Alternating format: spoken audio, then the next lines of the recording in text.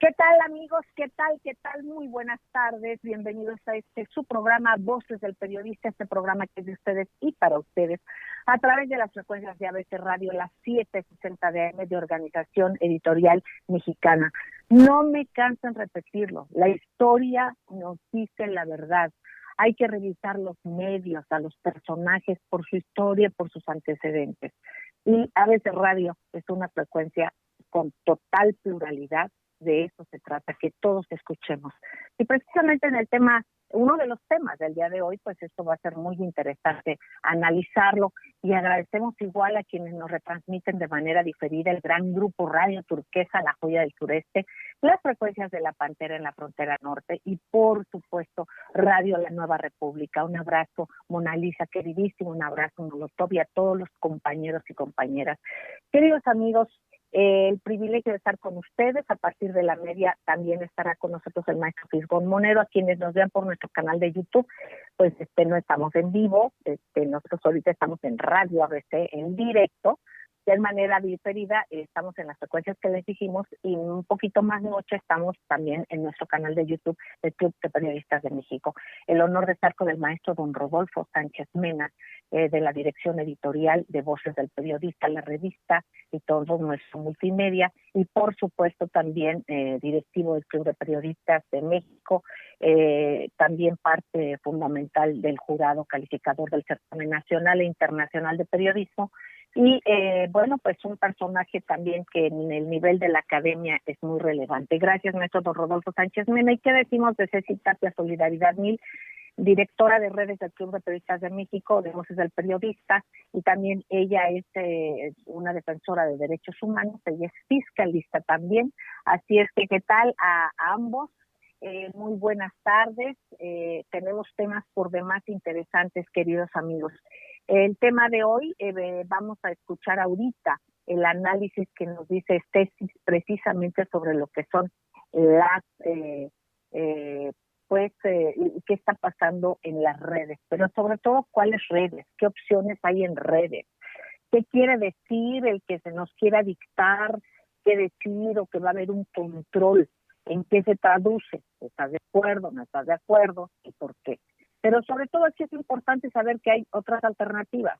Ha habido, por ejemplo, el día de ayer y el día de hoy, una noticia que dice que hay una plataforma que se bajó, que es Parler, y que ya desapareció, ¿no? Básicamente. Y no es así. Lo que pasa es que desapareció de esa vía de comunicación que tiene el conglomerado, pues que normalmente se ha utilizado, y que por alguna razón estratégica para ellos, con falta de estrategia, pues ha habido una migración tremenda en redes, en cuestión de redes, de seguidores. Hay quienes ya abandonaron al gigante, ¿verdad? Que empieza con G, porque luego borran los programas, al decir los medios, ¿no? A veces, fíjense esto, qué pena que ya esté pasando.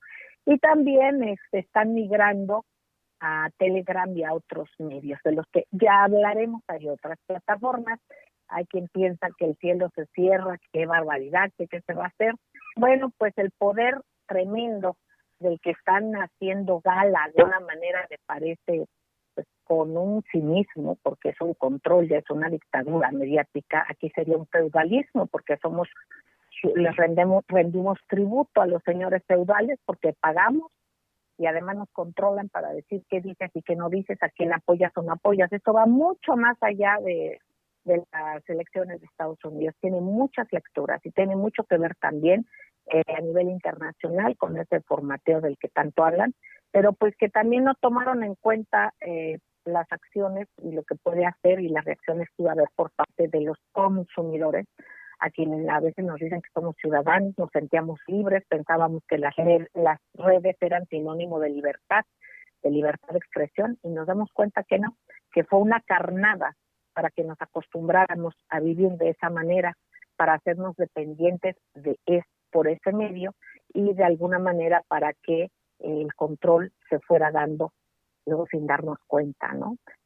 Quitando seguidores, y no es por eso, sino vistas, también preferencias de información. Ustedes esto ya lo saben, lo hemos tocado en diversas ocasiones, pero aquí llegó un momento muy interesante que se está dando, y se está dando a nivel internacional. Hay países que no dependen de estas redes, que tienen sus propias redes, y por medio de ellas pueden acceder a la información.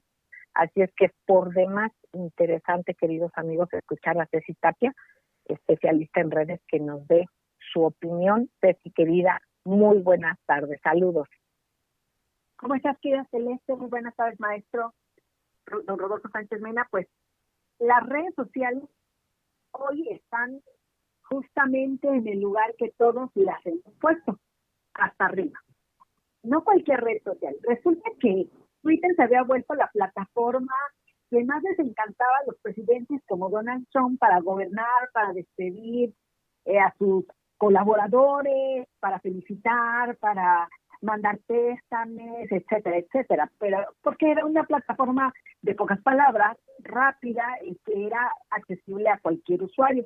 Pero no cualquier usuario como Facebook, que es un poco más familiar o más de pachanga. Sin embargo, a partir del 6 de enero se le ocurrió a Twitter censurar al presidente Donald Trump. Pero esto le hizo perder más de 5,000 millones de dólares en la bolsa. Es decir, bajó el 12% el valor de sus acciones.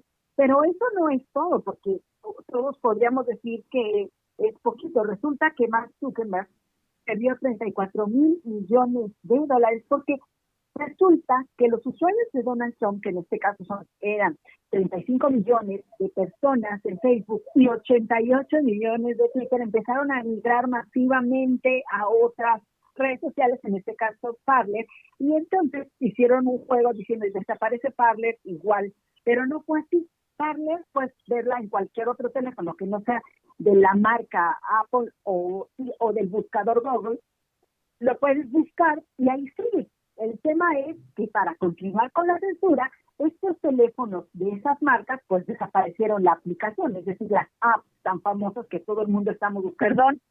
Perdón, Ceci, querida, pero las apps sí desaparecen, pero incluso que tengan esos teléfonos, pueden bajar a Parler.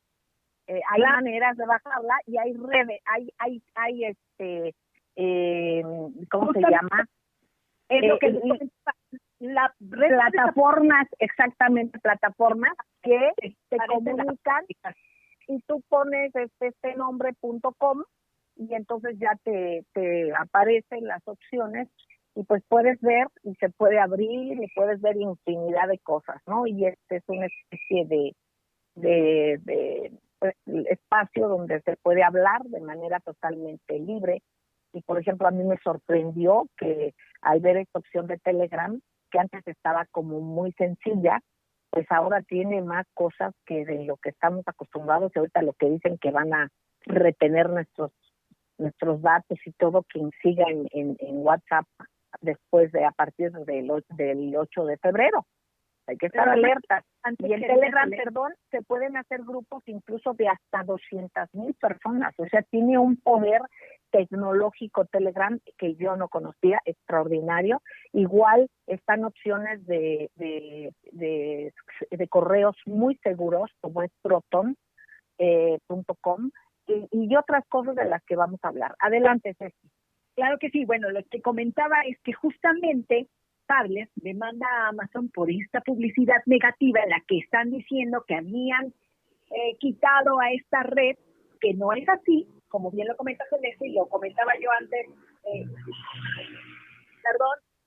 Lo interesante aquí es que Parler sigue existiendo, que todos los seguidores están, lo que desaparecen son estas apps, y esa es la razón que Parler demanda a Amazon, y obviamente se están buscando así que se están buscando otras aplicaciones, otras redes sociales y por supuesto otros buscadores. Hablando de pérdidas, no solamente perdió Twitter, Facebook, Google también pierde un 3% en la bolsa y Apple 2.5%, pero lo que no saben es que Telegram quien que gana muchísimos seguidores no cotiza en la bolsa y desde agosto de este año pasado, 2020, estuvieron pidiendo donativos muy pequeños, por ejemplo, un dólar anual, pero 500 millones de seguidores de un dólar pues es nada y pueden mantenerse independientes por siempre. Es algo muy interesante que podemos buscar porque no podemos mostrarles que aunque ellos sean dueños de las marcas, de las redes, de las aplicaciones, nosotros como usuarios no tenemos opciones. Claro que las tenemos, puedes cambiar de marca, puedes cambiar de aplicación, puedes cambiar de red social, pero sobre todo decidir y mover su dinero, porque a ellos lo que les duele es el dinero. Pueden censurar porque son sus redes y sus aplicaciones, pero tú como usuario puedes decidir cambiarte y eso es lo que pasó este año en mi propia red personal. El 120% de los usuarios que yo conocía de Telegram aumentaron en 24 horas. Entonces, es algo muy interesante que pueden hacer. Pero bueno, hay temas mucho más importantes para quienes esperan con ansias las vacunas. 460,000 vacunas llegan mañana. El servicio médico de todo el país se va a terminar de vacunar en enero para que esto, pues, sigamos avanzando, porque se hablan de cepas, se hablan de que se ha terminado la capacidad hospitalaria, entonces hay que estar muy, muy cuidadosos también. Pasa que los aprendices en el programa Jóvenes Construyendo el Futuro ya volvieron a abrir el día de hoy, abrieron también más gente, les aumentaron la beca, entonces hay posibilidades de encontrar trabajo, hay posibilidades para quienes no tienen dinero para contratar, pero sí para enseñar y ser tutores de estos jóvenes, enseñarlos, apadrinarlos y pues obviamente evitar toda esta corrupción. Y algo que también es muy importante, además, si tienes un problema, puedes denunciar al Profeco de consumo, de servicio, de lo que sea, algo que estés en desacuerdo.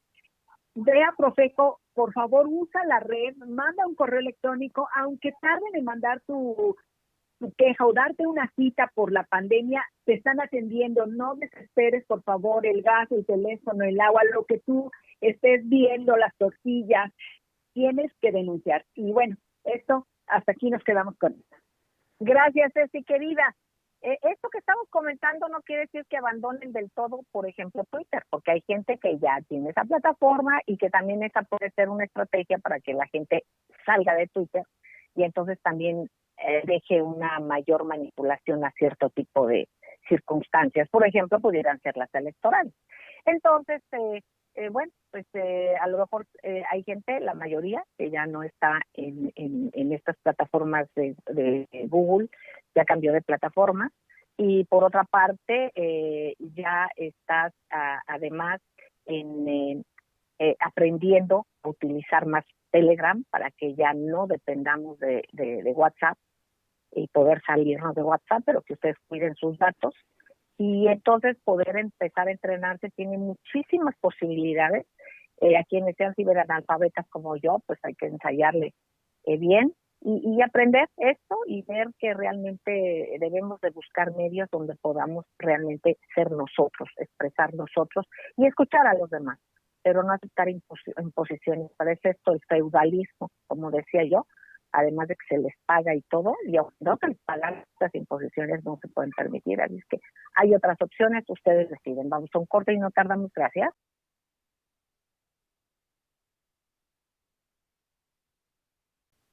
Gracias, queridos amigos, gracias por seguir con nosotros en ABC Radio. Estamos en Voces del Periodista, en nuestro transmite Grupo Radio Turquesa, Frecuencias de la Pantera Radio La Nueva República y por supuesto en nuestro canal de YouTube de Voces del Periodista Radio del Club de Periodistas de México. Maestro, escuchamos a Ceci Tapia, comentamos cosas sobre las circunstancias en las redes, sobre algunos hechos también que están sucediendo sobre vacunas y todo esto, pero yo quisiera, maestro, si fuera usted tan amable, compartirnos sobre esta turbulencia política que está viviendo, esta situación que es producto de acontecimientos relacionados precisamente con pues todo esto, con primero lo del gobierno de Estados Unidos, por ser limítrofe también lo que compartimos en la frontera y la parte geopolítica con nuestro país, en lo que pues significa estar así, en esa posición con el país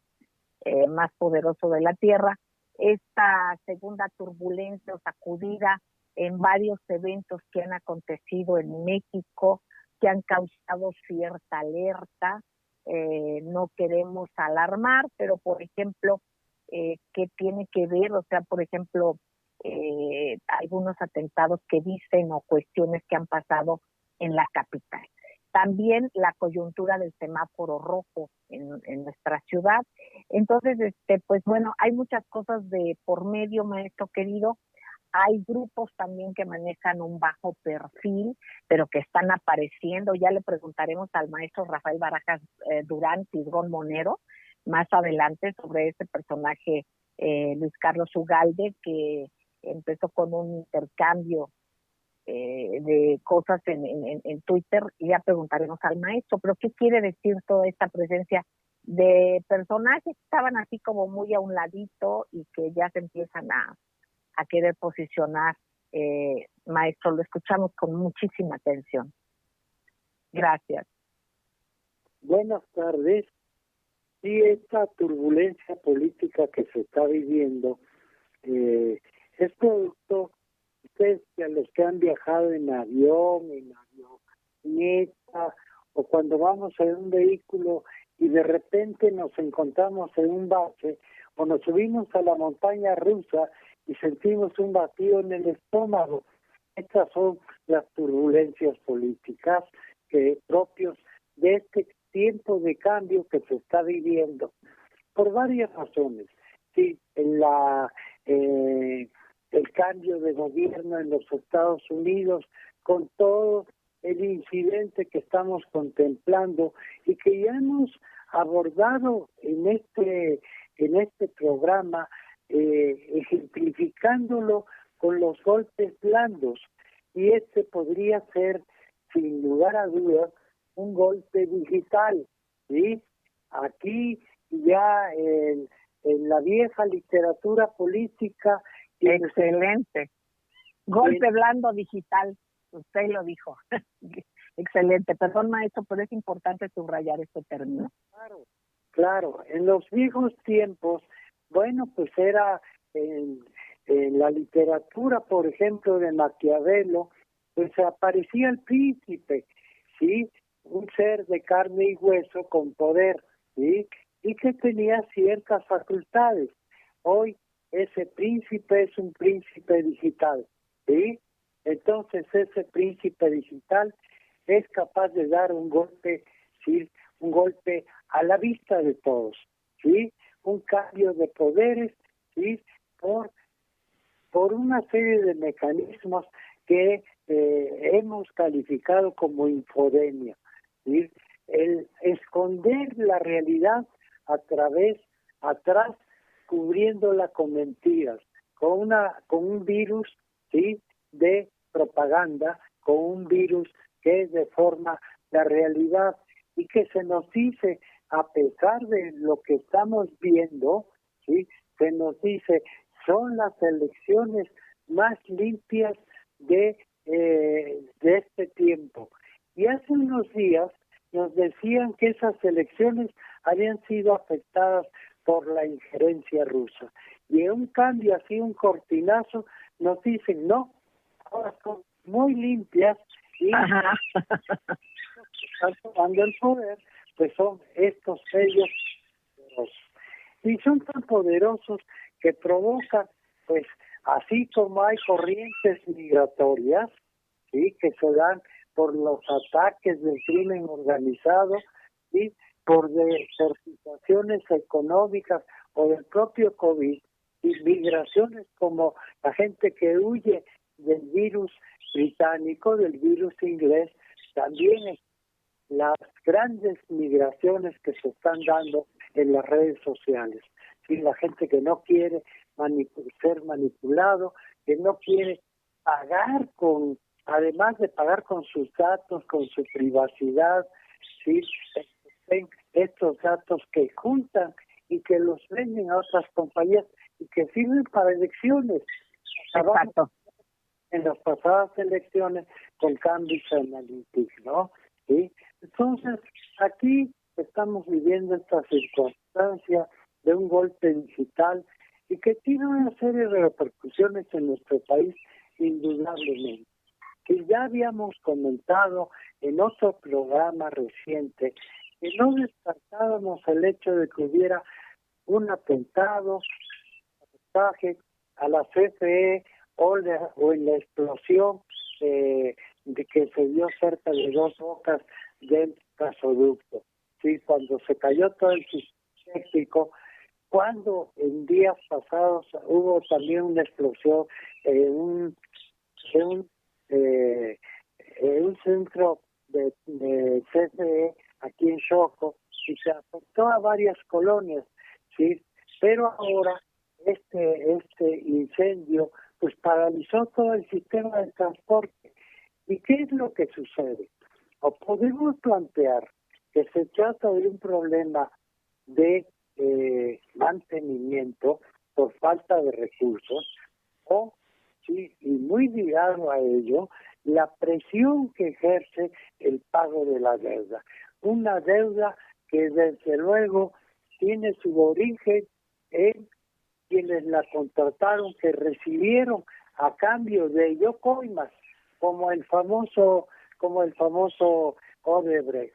O sea, recibieron su parte, una tajada, y con ello endeudaron al país. Es una deuda por todos vistos con un carácter repudiable, ¿sí? Y que nos obliga a nuestro país pagar cada año, ¿sí?, grandes intereses, grandes sumas, y que en la circunstancia en la que vivimos, que no está funcionando como debía de funcionar la economía, que está en parte paralizada, bueno, pues entonces sí tenemos problemas de mantenimiento, pero tienen ese origen, ¿sí?, detectable, y que tiene que ser enfrentado, ¿sí? Pero también en el otro aspecto, en el que la propia jefa de gobierno, Claudia Sheinbaum, no descarta que haya sido sabotaje. Y esto quiere decir que nuestra infraestructura crítica tiene problemas de seguridad y de inteligencia, y que es parte también de esta coyuntura de cambio que estamos. Entonces tenemos que estar alertas de que estos sucesos no se junten, porque se está cruzando con la activación nuevamente del crimen organizado. En Guanajuato ya empezaron otra vez las matanzas, ¿sí? Entonces, sí, cuando se cruza no es coincidente.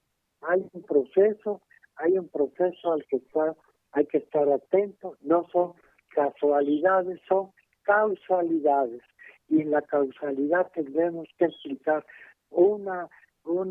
buscar una explicación, y tras esa explicación apoyar una serie de acciones que tiene que tomar el gobierno, de medidas para proteger la seguridad de todo el país y la seguridad de los mexicanos.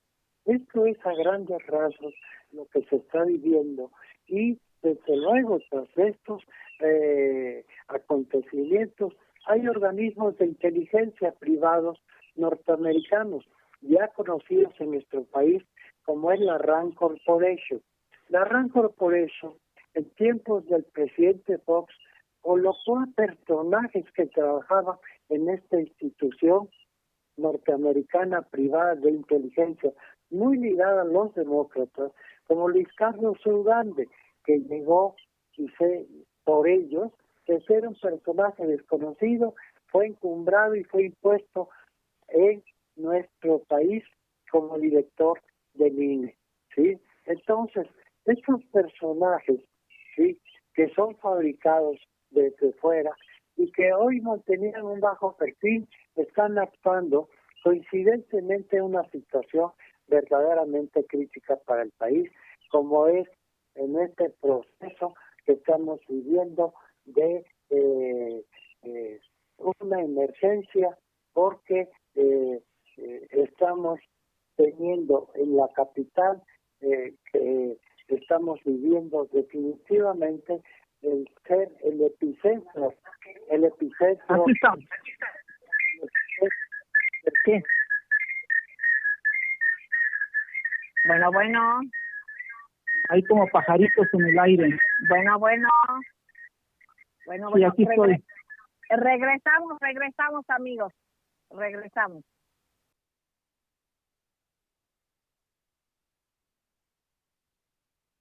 Gracias, queridos amigos, gracias por seguir con nosotros en Voces del Periodista. Hemos escuchado a la maestra Ceci Tapia, Solidaridad 1000, al maestro don Rodolfo Sánchez Mena, un análisis por demás interesante, ambos análisis. Y bueno, ahora precisamente comentaba el maestro don Rodolfo Sánchez Mena cómo se han empoderado, al principio un ataque sistemático y con muchas preferencias en estas redes que ahorita mucha gente abandona, o que si no abandona, al menos tiene otras opciones. Porque a lo mejor estratégicamente habrá quien no quiera dejar, por ejemplo, Twitter, si es que no lo sacan, pero finalmente hay otras opciones que ya comentaba la maestra Ceci Tapia, y otros buscadores, y Telegram y otras cosas. Ya vimos que nuestro señor presidente precisamente hoy en la mañanera ya se podía ver por Telegram la mañanera. Bueno, esto es interesante. Además de, como decíamos, en Telegram puede usted tener grupos de hasta 200,000 personas, es una cosa tremenda, ¿no? Hay que explorarlo. Pero bueno, independientemente de eso y de que Parler sí existe y sí se puede tener acceso por otras plataformas, bueno, pues ya recibimos al maestro Rafael Barajas Durán. Al final del análisis del maestro don Rodolfo Sánchez Mena, nos hablaba de la aparición de algunos personajes que habían estado así como medio ocultos, pero que de alguna u otra manera, pues para la opinión de muchos, tuvieron un papel importante en una circunstancia muy cuestionada todavía, las elecciones del 2006 y de otras muchas cosas más. Maestro, ¿qué nos quiere comentar independientemente del punto que quiera abordar? Pero vimos también algún intercambio que hubo por ahí en redes de usted con el señor Luis Carlos Ugalde. ¿Qué nos comenta sobre ello? Sí, mire, y sobre lo que quiera comentar además, por supuesto. Sí, ¿no? Claro que sí. Sí, pero mira, esto es curioso porque en últimas fechas, es decir, Luis Carlos Ugalde, que había hecho emocionado mutis y había salido del centro del escenario, regresó, y de hecho regresó con un discurso incluso agresivo, ¿no? Es decir, regresó, entre otras cosas, por ejemplo, planteando que, haciendo una comparación entre el movimiento trumpista, la toma del Congreso, y la resistencia obradorista contra el fraude de 2006. Y el argumento de él, pues la verdad es, a mí me sorprendió, porque es de una gran debilidad, ¿no? Él dice es que los dos hablan de logaritmos, los dos hablan de que como yo digo que hubo fraude y mucha gente lo cree, entonces hubo fraude, etcétera, etcétera, etcétera. Y es curioso porque te voy a decir lo que pasó. Yo primero contesté diciendo, bueno, no es cierto, no se puede decir eso, el fraude, y di datos y cifras sobre el fraude. Y él contestó diciendo él contestó, yo me reservé mi respuesta porque nos invitaron a debatir y yo acepté el debate y la verdad ya debatimos, hoy va a salir en la tarde, en la noche, y a mí me sorprende la debilidad argumental de este personaje. Es decir, yo quiero señalar varias cosas. Este discurso que equipara al movimiento trumpista con el movimiento obradorista, pues es un sinsentido total. En primer lugar, el movimiento trumpista es un movimiento agresivo, y la resistencia obradorista fue totalmente pacífica. Una de las cosas de las que presumía el movimiento obradorista es que no había roto un solo vidrio. Luego, si bien yo sí creo que hay un margen importante entre lo que se supone que obtuvo Biden y lo que tiene Trump, y en el 2006 tú tenías un margen ínfimo. Y la otra cosa es que en 2006 hay elementos muy claros que hablan de fraude, ¿no? Que nos hablan de que hubo un fraude muy serio, ¿no? Y eso, por supuesto, que es la gran diferencia. En 2006 hubo, sin lugar a dudas, un fraude. Y es curioso porque, de entrada, a mí me gusta que Ugalde retome sin rodeos este discurso anti-obradorista. Me da gusto que un hombre que se presentó como el árbitro imparcial de las elecciones del 2006 se muestre como lo que siempre fue, que es un operador del PRI. Luis Carlos Ugalde es un hombre del sistema y cumplió con una tarea que le encomendaron en 2006, que es hacer un control de daños en la elección más sucia de nuestra historia, que es una elección fraudulenta que buscó perpetuar el proyecto político económico neoliberal, que era a la vez antipopular y populista. Y sí tenemos elementos para afirmar que Ugalde es un hombre del sistema, y el primer elemento que tenemos nos lo da precisamente Luis Carlos Ugalde. Él escribió un libro hace algunos años en el cual confiesa que su designación al frente del Instituto Federal Electoral fue poco transparente y que fue negociada entre varios grupos políticos. De hecho, en varios momentos deja ver que fue operada por el Bester Gordillo, que en ese momento tenía una alianza con Calderón, que era uno de los candidatos presidenciales. Y de hecho, el Bester Gordillo fue la gran operadora electoral de Calderón en 2006. Y para que veas que no estoy inventando, pues cuando digo que Ugalde dice que efectivamente su designación fue poco transparente, te cito textualmente lo que digo, te leo la cita textual, dice: todo era informal, discreto, transparente, todo era informal, discreto, poco transparente. Lo escribo años después con plena conciencia de que yo mismo fui beneficiario de ese método. Haberlo sido no me impide reconocerlo. Entonces aquí la pregunta es muy clara. Si todo era poco transparente, pues aceptó, porque fue beneficiado. ¿Qué dice eso de su ética? ¿No? Yo Entonces, creo que aquí hay a confesión de parte, relevo de pruebas. ¿No? Relevo de pruebas, sí, claro, está clarísimo. Y hay una cosa que hay que señalar, mira, el mecanismo de selección de consejeros ciudadanos era y es una simulación. En principio, los consejeros deben ser ciudadanos, imparciales y objetivos, pero terminaron siendo nombrados por los partidos políticos a partir de negociaciones entre los partidos. Claro. En consecuencia, los partidos no eligen a ciudadanos independientes, sino a personas afines o comprometidos con ellos. Nombran políticos, como Ugalde. Y en este contexto, el hecho de que Felipe Calderón haya sido testigo de la boda de Ugalde con Mía Limón no es trivial. Y la pregunta obligada es: ¿quién propuso a Ugalde y a cambio de qué? ¿Por qué no aclara cómo se operó su nombramiento? ¿Por qué no transparente ese asunto? Y también tiene que aclarar más para acá quién le ayudó a poner su consultoría integral y quién le da los contratos.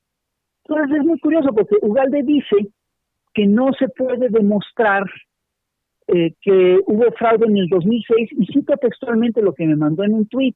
Dice: porque no hay grabación, audio, video, escrito o fotografía que indique la movilización a gran escala que se hubiera requerido para cometer un fraude en una elección con 130,000 casillas.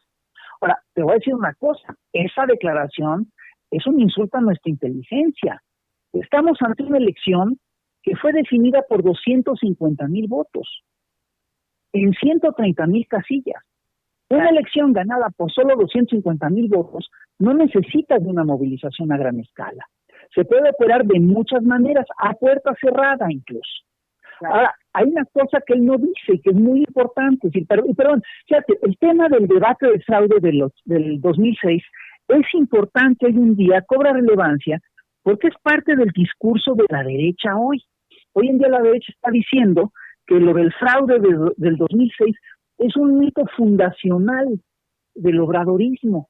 Y perdón, los mitos se basan en mentiras, esto es un hecho histórico. Y yo te quiero decir una cosa, los mitos son fabulosos. Aquí la mentira es decir que no hubo fraude. Y te quiero decir algo, la historia nos dice que en México el fraude electoral es endémico. Tenemos una cultura del fraude electoral muy arraigada. En la primera elección que se hizo en tiempos de Guadalupe Victoria, que fue una elección para diputados, hubo fraude. Santa Anna hacía fraude. Porfirio hacía fraude. El PRI se perpetuó sexenio tras sexenio mediante sucesivos fraudes electorales. Ahora, erradicar usos y costumbres es muy complicado. millones optamos por la opción democrática, por la vía democrática y reivindicamos el voto como instrumento del cambio. Se hizo un gran esfuerzo por constituir un instituto electoral independiente, pero aún así con ese instituto, y ese, ojo, es el instituto electoral más caro del planeta, pero aún así con ese instituto, en la elección del año 2000, en la que ganó Vicente Fox, el PRI y el PAN hicieron fraude. Y ahí están los casos concretos del Pemex Gate y de los amigos de Fox. En México, la cultura del fraude es viejísima y hay muchas formas de hacer fraude en este país. Entre las distintas formas históricas de hacer fraude tenemos, uno, el hacerle un juicio legal a un candidato fuerte para sacarlo de la contienda. Eso lo hizo Porfirio Díaz a Vicente Rivapalacio, a Manuel González y a Francisco I. Madero. Segundo, existe el mecanismo de garantizar la inequidad en la campaña. Por ejemplo, Porfirio Díaz tenía una serie de redes de operación muy claras, ¿no? Y el PRI tenía el voto corporativo y los neoliberales han tenido el tema del manejo del dinero, el dispendio del dinero. La tercera forma, el tercer mecanismo de hacer fraude es la operación electoral desde el Estado, que la usaron Porfirio Díaz, el PRI y el PAN. Luego, el cuarto punto es control de las autoridades electorales, y aquí un ejemplo claro de eso es la designación de Paca de Ugalde. Luego, la quinta es el control del aparato legal, el tribunal, la gente que sanciona las elecciones, y ahí también estuvo metido el Estado para inclinar la balanza de un lado. Y ahora, hay una nueva... Maestro querido, ¿qué le parece si ahorita regresamos con esta nueva... Sí, claro, perdón. Porque vamos a un corte, pero además reitero, por eso, queridos amigos, no al voto electrónico. Vamos a un corte y regresamos, gracias.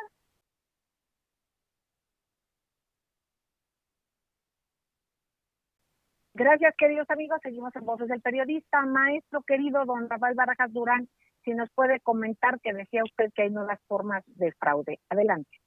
Sí, claro, hay una nueva forma de fraude que son los operativos psicológicos mediáticos, las campañas de miedo, la guerra sucia. Ahora te digo, estamos hablando de 6 formas distintas de hacer fraude, que es hacerle un juicio legal a un candidato para sacarlo de la contienda, garantizar la inequidad de la campaña, hacer una operación electoral desde el Estado, el control de las autoridades electorales y el control del aparato que juzga, y el sexto es los operativos psicológicos. Bueno, todas esas formas de fraude se usaron en 2006 para impedir que López Obrador llegara a la presidencia. El fraude no empieza el 2 de julio, ni termina el 2 de julio, empieza en 2004 con el proceso del desafuero. Ahí quedó claro que Vicente Fox, el PRI y el PAN estaban dispuestos a todo con tal de sacar de la contienda presidencial al que era el candidato puntero. Ahí quedó clara la voluntad del gobierno de cerrarle el paso a la izquierda. Y después, a mí me queda claro que después que la elección difícilmente sería limpia y equitativa, ¿no? La movilización popular detuvo el desafuero, pero es un hecho que el fraude prosiguió, y prueba de que prosiguió es que el propio Fox declara en un momento dado ante creo que presidentes municipales panistas, dice: López Obrador me ganó con el desafuero, pero 18 meses después me desquité.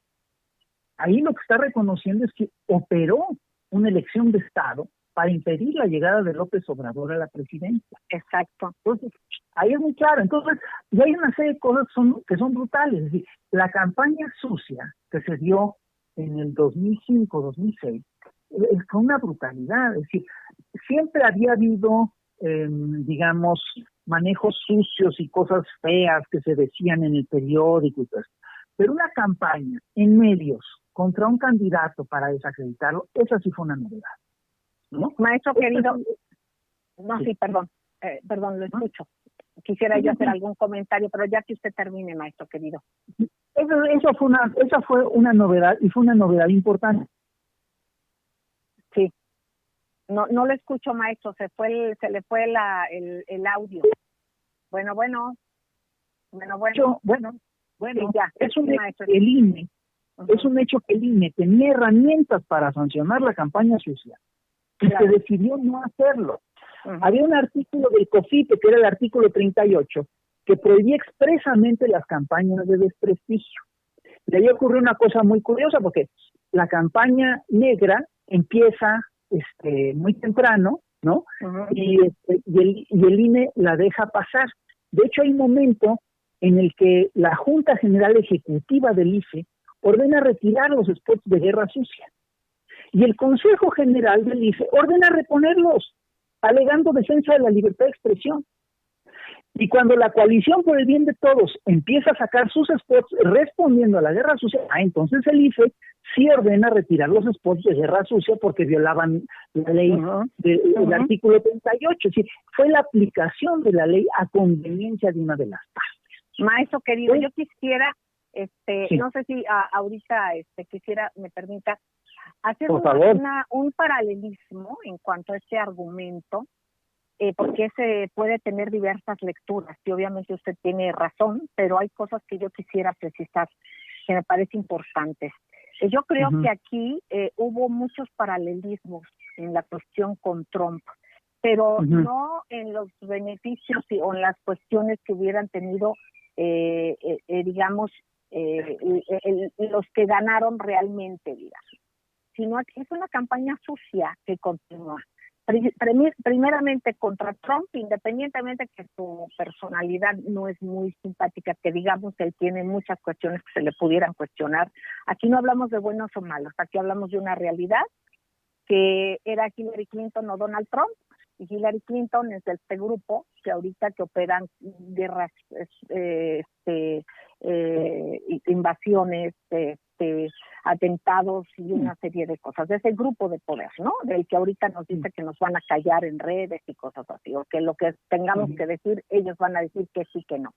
Entonces, aquí hay algo muy interesante que debemos tener en cuenta. Si usted ve las redes de Estados Unidos, allá les llaman de izquierdistas a los que ahorita están totalmente pro la ultraderecha mexicana, digamos. Allá les dicen izquierdistas, imagínense, a quienes han invadido Siria y otros países. Y hay Celeste, pero eso no puede ser nuestro criterio. No, pero permítame, yo no estoy hablando de criterios, estoy hablando de realidades. Por ejemplo, allá hay una confusión, y nada más para que tengamos cuidado, porque allá muchos le llaman izquierdistas a unos y los quieren ligar con verdaderos izquierdistas, a los que incluso esos que ellos llaman izquierdistas invadieron sus países. Les llaman izquierdistas a quienes atacaron a Venezuela, quienes atacaron Cuba, quienes atacaron Siria, pues no son izquierdistas. Entonces, ese doble discurso de llamarles izquierdistas desde hace tiempo, y también por estos medios y articular todo, porque contaminan con el caos. Eso es parte del caos, porque aquí no se les llama izquierdistas a esos grupos, aquí se les dice de derecha. Entonces, es una parte de ir desarticulando no solamente adentro de un país, sino aquí ya es dividir la opinión y confundir las lecturas que se puedan tener en ambos países. Esto, reitero, es contaminar con el caos. Entonces, en otras circunstancias que dice ese señor que pues que no, que todo fue muy limpio, entonces ¿por qué quemaron las boletas electorales, no? Sí, claro, claro. Aquí yo creo que hay que insistir mucho en elementos que no puedan ser al menos de intervención ciudadana, como debe de ser, y yo creo que no al voto electoral, perdón por insistir. Maestro querido, y maestro, ya estamos a 3 minutos de salir del aire.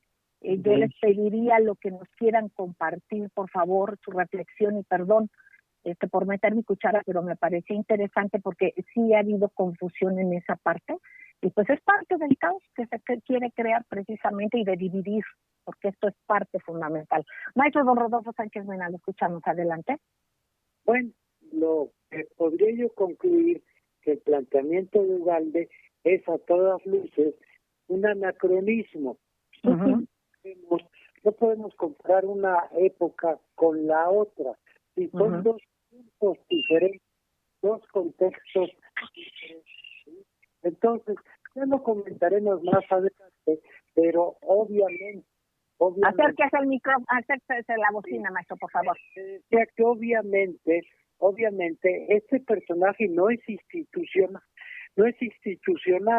o sea, institucional es una gente que trabaja para el país, independientemente de que sí esté a favor de un partido o a favor de otro, pero el señor Luis Carlos Ugalde obviamente está comprometido con un organismo de inteligencia como es la RAND Corporation, por la que llegó a ser. Esa es la situación concreta y a esa institución externa al país le sirvió y le sigue sirviendo. Gracias, maestro. Querido maestro don Rafael Barajas, adelante. Sí, mira, yo creo que estamos, es muy claro que sí estamos ante una derecha que se trata de reorganizar, pero lo está haciendo con mucha torpeza. Y todo este discurso de que no hubo fraude en el 2006 no puede funcionar, no puede tener su claro que no. Sin lugar a dudas. Y es increíble que pretendan reinstalarse, digamos, con ese tipo de mentiras, ¿no? Entonces esa es la parte, digamos, que yo sí creo que tendríamos que subrayar, ¿no? En la que tendríamos que... Exacto, maestro. El haya sido como haya sido y el cinismo absoluto, precisamente. Excelente, maestro. Ceci, querida. Claro que sí, querida. Pues bueno, estamos muy atentos a este debate, maestro Gilgón, para apoyarlo y verlo, porque finalmente los mexicanos no podemos seguir estando con fake news y que nos sigan diciendo que esto no pasó, o que Calderón no es un genocida, o que su guerra no mató a miles de mexicanos, o que con Hillary no armó la frontera, y que eso es lo que estamos viviendo el día de hoy. Exacto. Estamos pendientes. Maestro, ¿en dónde, perdón, nada más si nos dice dónde va a ser o cómo va a ser eso? No lo escuchamos. Creo que empieza a las 8 de la noche. No lo escuchamos, ¿en dónde? Y por la octava, a las 8 de la noche el día de hoy. Ok, maestro, queridísimo. Gracias, maestros entrañables, mil gracias. Hay que estar atentos y sobre todo a ustedes, queridos amigos, sigamos en estas redes, porque en estos medios, en estas radiodifusoras y redes, porque aquí se escucha plural y de eso es de lo que se trata. Nos damos cuenta cuán importante y quién verdaderamente está por la democracia. Nos escuchamos todos, no se trata de callar a una forma de pensamiento, sino que todos nos escuchemos. Les quiero entrañablemente. Gracias, maestros queridísimos. Nos escuchamos en la próxima. Cuídense mucho, por favor, cuídense, no salgan. Por favor, no salgan de casa y cuídense mucho. Gracias.